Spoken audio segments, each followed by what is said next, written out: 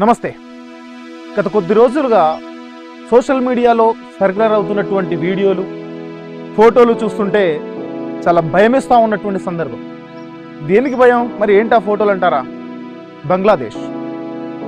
బంగ్లాదేశ్లో జరుగుతున్న అరాచకాలు, బంగ్లాదేశ్లో హిందువులపై జరుగుతున్నటువంటి ఘోరాలు చూస్తుంటే మనం 21వ శతాబ్దంలో ఉన్నామా లేక అనాగరిక సమాజంలో ఉన్నామా అనేటటువంటి విషయం అర్థం కావడం లేదు. అలాంటి పరిస్థితులు మనం చూస్తా ఉన్నాం.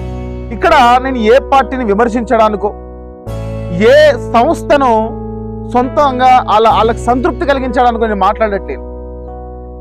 జరుగుతున్న సంఘటనలు, జరుగుతున్న పరిస్థితులు, వీటిని ఉద్దేశించి ఒక హ్యూమనిస్టుగా, ఒక మానవతావాదిగా, సమాజం మంచి కోరే, ప్రపంచం మంచి కోరేటటువంటి ఒక వ్యక్తిగా ఈరోజు నేను మీ మాట్లాడటానికి ముందుకు వచ్చాను.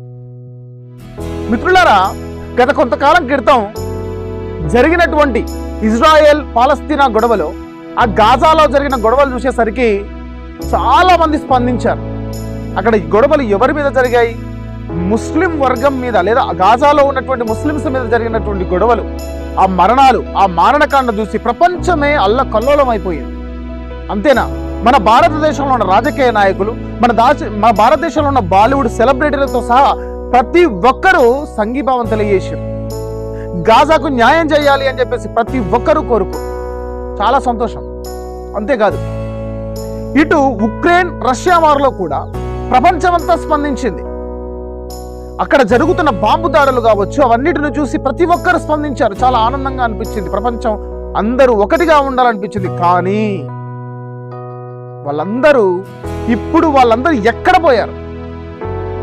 ఏం చేస్తున్నారు అనేటటువంటి ప్రశ్న ఉత్పన్నమవుతుంది. ఇక్కడ పాలస్తీనా మీద, గాజా మీద దాడి జరిగితే స్పందించినటువంటి యుఎన్ఓ, అమెరికా, పెద్ద పెద్ద దేశాలు, ఉక్రెయిన్ మీద దాడి జరిగినప్పుడు స్పందించిన దేశాలు, మరి బంగ్లాదేశ్లో ఇంత ఘోరం జరుగుతుంటే ఒక మనిషిని కొట్టి చంపి కసి తీరక బట్టలిప్పేసి కాల్చుతున్నా కానీ ఎందుకు స్పందించట్లేరు?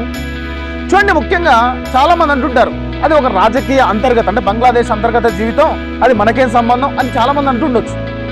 షేక్ హసీనా అక్కడ అధ్యక్ష పదవి, అంటే ప్రధానమంత్రి తన పదవి దిగిపోయిన తర్వాత అక్కడ ఉన్నటువంటి యూత్ మొత్తం ఆమెను దింపేసిన తర్వాత ఆమెకు ఆశ్రయం ఇచ్చింది భారతదేశం.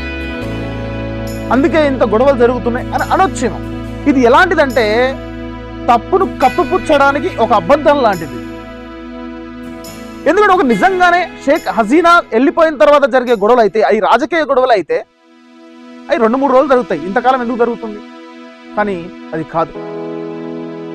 ఒక మనిషిని ఒక మతం పేరుతో, ఒక మతానికి చెందిన వ్యక్తిని ఆ మతం పేరుతో చంపడం అనేది ఏంటి? అమృత్ మండల్ రీసెంట్గా చనిపోయాడు. షేక్ హసీనా రాజకీయ విషయాలు అనుకుంటే మరి ఏ రాజకీయ సంబంధం లేనటువంటి అమృత్ మండల్ని ఎందుకు చంపారు? ఏ రాజకీయ సంబంధం లేనటువంటి హిందువు కుటుంబాలను ఎందుకు నిప్పటించి వాళ్ళ ఇంటిని నాశనం చేశారు? ఇది రాజకీయ విషయం కాదు. మిత్రులారా, మీరు ఒకటి గమనించండి. ఒకప్పుడు బంగ్లాదేశ్ జనాభాలో 20% ఉన్నటువంటి హిందువులు ఈరోజు 8% పడిపోయారు. ఇక కొన్ని రోజులైతే ఆ హిందువులు 8% నుండి 0%కు పడిపోయే ఛాన్స్ ఉంది.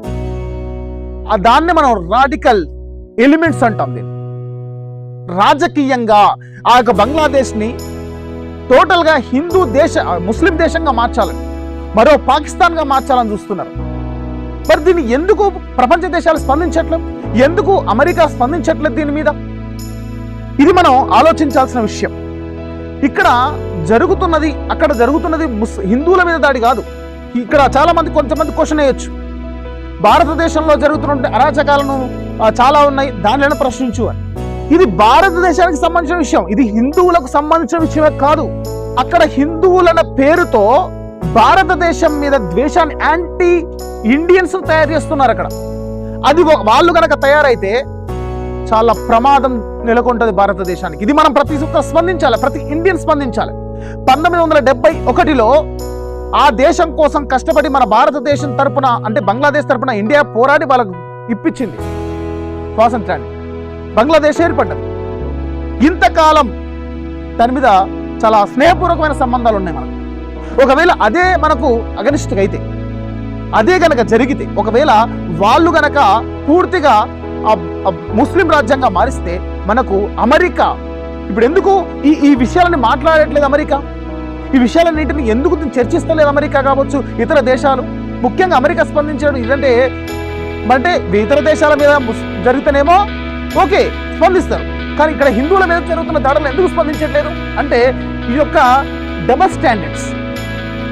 ప్రపంచ దేశాలు ఐక్యరాజ్య సమితి ఆడుతున్న డబల్ స్టాండర్డ్స్ కదా. అక్కడ మానవ హక్కుల ఉల్లంఘన జరగట్లేదా? గాజాలో జరిగినట్టు, ఉక్రెయిన్లో జరిగినట్టు మానవ హక్కుల ఉల్లంఘన బంగ్లాదేశ్లో జరగట్లేదా? కాబట్టి ప్రతి ఒక్కరు స్పందించాలి. డబుల్ స్టాండర్డ్స్ తగ్గించుకోవాలి అందరూ. అక్కడ హిందువులకు జరుగుతున్న గొడవ కాదు, అది కూడా ముస్లిం రాజ్యం అయితే ఇక్కడ మనకు జరిగేది ఏంటి? చికెన్ నెక్ గా చెప్పుకున్నటువంటి ఆ యొక్క లైన్ ఏదైతే ఉందో, అంటే ఈశాన్య రాష్ట్రాలకు వెళ్లాల్సిన రైట్ 22 కిలోమీటర్స్ ఆ రోడ్ ఏదైతే ఉందో దాన్ని ఆక్రమిస్తే ఆ ఈశాన్య సిస్టర్స్ అంటారు కదా, అది కోల్పోతాం మనం. మిత్రులారా, ఇంకా దీనికి సంబంధించి చాలా చాప్టర్ ఉంది. ఒకవేళ ఇది ఓన్లీ మతపరమైనది కాదు, ఇది రాజకీయ కోణంతో పాటు రాజకీయ కుట్రలు ఉన్నాయి. దీన్ని ఒక హిందువులు కాదు, భారతీయులందరూ వ్యతిరేకించాలి. ఇది భారత రక్షణ వ్యవస్థకు కూడా సంబంధించినటువంటిది. కాబట్టి ప్రతి ఒక్కరు స్పందించాలి. మన గలం మనం ఖచ్చితంగా వినిపించాల్సిన అవసరం ఉంది. ప్రతి ఒక్కరు దీని మీద స్పందించి మీ కామెంట్ను కూడా తెలియజేసేయండి. కాదు ఇంకా మీకు ఇన్ఫర్మేషన్ కావాలనుకుంటే ఈ వీడియోను లైక్ చేసి కామెంట్ చేయండి. ఖచ్చితంగా బంగ్లాదేశ్ చరిత్రతో మొదలుకొని ఇప్పుడు జరుగుతున్న జియో పాలిటిక్స్ ప్రతి ఒక్క విషయాన్ని కూలంకషంగా మీ చెంతకు చేర్చే ప్రయత్నం చేస్తాను. దానికి మీరు చేయాల్సిందల్లా ఒకటే, ఒక లైక్, ఒక కామెంట్. ఇది వీడియోకి. ఇంకా డీటెయిల్ వీడియో కావాలనుకున్న వాళ్ళు లైక్ చేయండి అని కోరుకుంటూ మరో వీడియోలో మళ్ళీ కలుసుకుందాం. నేను మీ సతీష్, నమస్కారం.